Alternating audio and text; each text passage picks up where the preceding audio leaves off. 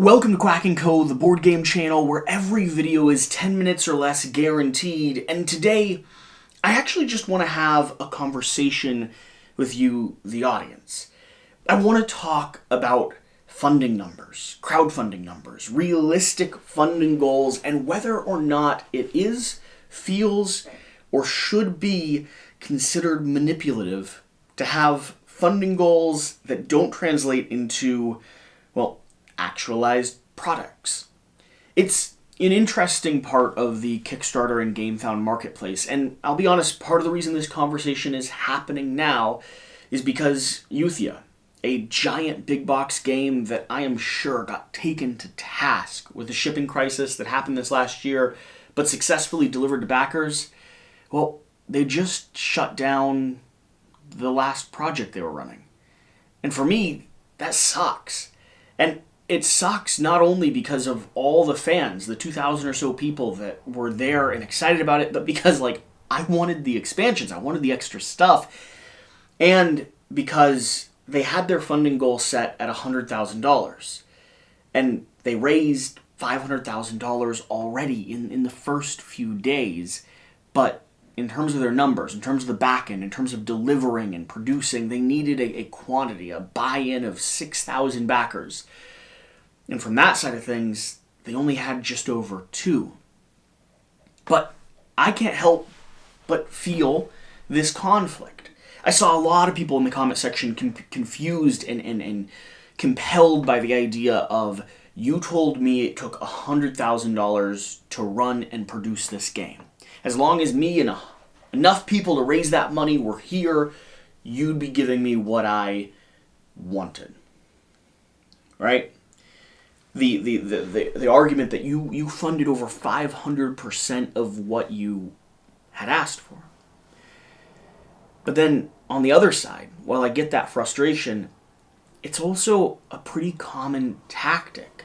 It's a marketing tactic. Here in Kickstarter, no one puts realistic funding goals, not a single campaign. And I have a few pulled up over here, and some of the ones that I've been referencing, I have Beyond the Monolith core system pulled up right here. Funding goal of $743,000. A realistic funding goal. What they needed to produce it. And it didn't fund. And it didn't not only fund because of a realistic funding goal, and that's true for all these projects that have higher funding goals than necessary, but the issue is, if you put a funding goal at 10% or 20% of the funding cost you actually need, you get to celebrate on day one. And then you get to start doing things like unlocking stretch goals and knocking campaigns out of the water and new promos, new add-ons, new stuff, new updates, new excitement. We're at 200% of our funding goal. We're at 500% of our funding goal. Things are going great. And that community, that audience that you have gets to celebrate, as opposed to an update that's we're at 85% of our realistic funding goal. Last day of the campaign, we need 5% more to cross our funding goal. The amount of lack of confidence in a product that is struggling across that finish line. And it doesn't matter what the goal is. Because if I see a campaign that is not yet funded, I as a backer am skeptical as to whether or not I should put my money into this project. Because whatever the number is, enough people haven't to make it compelling. Beyond the Monolith raised close to $300,000. And if I went to that with a funding goal, a realistic funding goal that told me they'd only raised 40% of what they needed, versus going to a campaign that had raised $300,000 and it was 30 or 300 times what they needed, I'm, as a consumer, psychologically more inclined to support that other project. It feels like a bigger success, like a more of a sure thing. So, is it manipulative? Is it manipulative for publishers to put unrealistic funding goals on the campaign page? To tell you that all they need is $50,000, all they need is $20,000. I mean, if I go here to pull up Frosthaven, what was their funding goal? Where did they promise? Oh, come on, Jesse. Frosthaven. Kickstarter is one of the worst search features ever, by the way. Their funding goal was $500,000. They raised close to $13 million. Is $500,000 realistic? If they'd only raised $500,000, like, what's the conversation there? And that's a high one. That's the most successful campaign ever. Like, there's no one puts realistic funding goals. So, that's the question I want to have. That's the conversation I want to have. Is it manipulative to put a goal that is not what you actually need? Or is it psychologically the best tactic for a publisher to maintain hype and maintain energy and get people to support and be a part of a successful campaign? Do we as an industry need to move away from that model? Or be okay with it from an audience standpoint? Or is the conversation both and neither? Maybe it is manipulative. Maybe it is also good marketing. Maybe good marketing is sometimes manipulative. Does that mean it's wrong? Does that mean publishers should change? Does that mean that human psychology just beats out common sense anyway?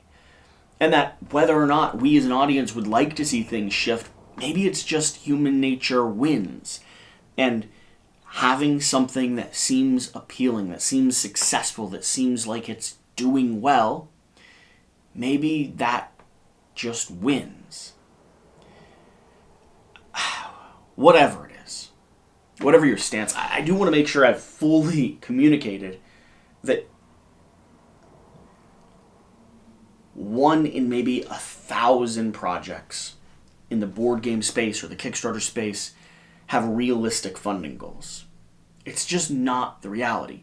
If anyone's under the impression that raising, $30,000 is enough to get a game produced and sent over, or $100,000 will be enough for them to not lose money on the time investment and just cost of everything, yeah, it's ridiculous. Let's see if Alex has any opinions. Hey, Alex. Oh. Alex. One moment. Alex, you're currently on camera. Alex? Hello, sir. Oh, why are you in my headphones? Stop it. This is just... Alex, you're currently on camera on Quack&Co. What is your quick take opinion on unrealistic funding goals? Is it manipulative? Is it just good marketing? Or is it both? I think it's the unfortunate reality that we often have created ecosystems in which people have to make unethical decisions because we act irrationally otherwise. There's a much longer and deeper conversation to be had around whether we should stick to the pure ethical thing that we should do, even at the cost of the reality of life. And that's a complicated conversation that I can't do in 10 minutes. Yeah, I on my end, kind of at the end of the video, was talking about the fact that there's a chance that psychology just wins, and whether or not we as a community advocate for more responsible funding goals, at a certain point, the larger kind of consumer base does just react. The reality is people who go with realistic funding goals do lose out. That is the reality. Cool. All right, I'm going to close off the video and then chat with you. Thanks for watching. Remember, more time watching means less time playing? No, that's the opposite. We'll see you later.